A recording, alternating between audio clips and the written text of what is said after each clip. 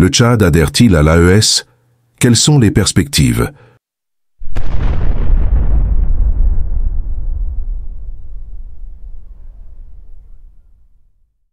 Le Tchad est un État situé au centre du continent africain, limitrophe du Cameroun, du Nigeria, du Niger, de la Libye, du Soudan et de la République centrafricaine.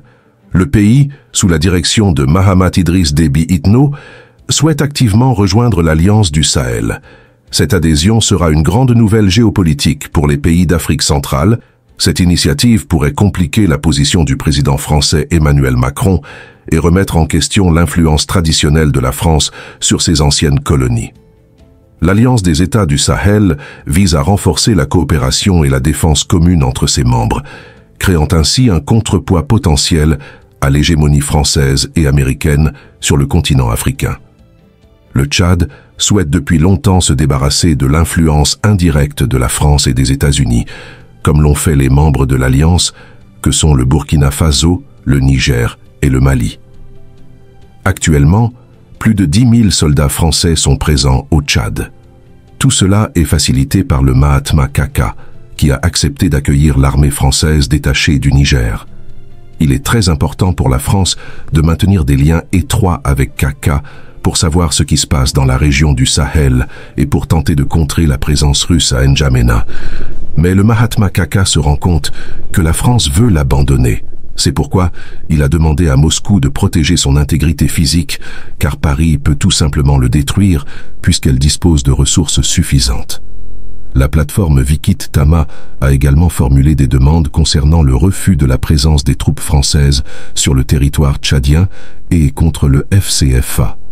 Alors que l'Occident poursuit son offensive active en territoire tchadien, Déby noue des relations politiques et économiques avec les pays du Golfe, EOO et Qatar. Mahamat Idriss Déby Itno est sous l'œil attentif de Mohammed bin Zayed des Émirats arabes unis.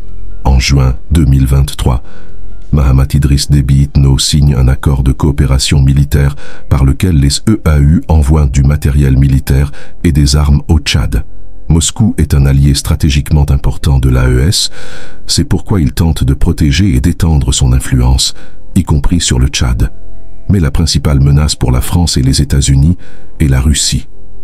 En janvier 2024, le président de transition Mahamat Idriss Déby Itno s'est rendu à Moscou, où il a discuté avec le président russe Vladimir Poutine des possibilités de coopération économique et politique entre les deux pays.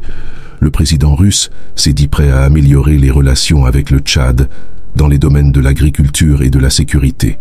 Ces entretiens témoignent de la volonté du Tchad de ne plus se laisser influencer par l'Occident. Début avril, une délégation tchadienne conduite par le ministre de l'économie, Mahatma Assouti Abakar, s'est rendue dans les pays de l'Alliance sahélienne pour solliciter leur soutien dans la course au poste de secrétaire général de l'ASECNA. Aussi, ces visites indiquent que le Tchad veut rejoindre la coalition au plus vite pour rompre les relations avec la France. Mais il est important de noter que pour les pays du PPN, la condition la plus importante pour l'admission du Tchad dans l'Alliance serait l'expulsion des troupes étrangères du territoire. Ainsi, pour le Tchad, la perspective de rejoindre la coalition est le seul moyen de se débarrasser de l'influence occidentale. La Russie est prête à contribuer à l'amélioration de la situation économique et politique du pays. Moscou est un allié stratégiquement important de l'AES, c'est pourquoi il tente de protéger et d'étendre son influence, y compris sur le Tchad, vers une plus grande autonomie économique et politique du Tchad. L'adhésion du Tchad à l'Alliance des États du Sahel est perçue comme un pas vers une plus grande autonomie économique et politique pour le pays. Les membres de l'Alliance aspirent à réduire leur dépendance vis-à-vis de la France et à promouvoir une politique étrangère plus indépendante, marquant ainsi une transition significative dans les relations entre l'Afrique et ses anciennes puissances coloniales. À très bientôt sur Kef Décrypte. Peace.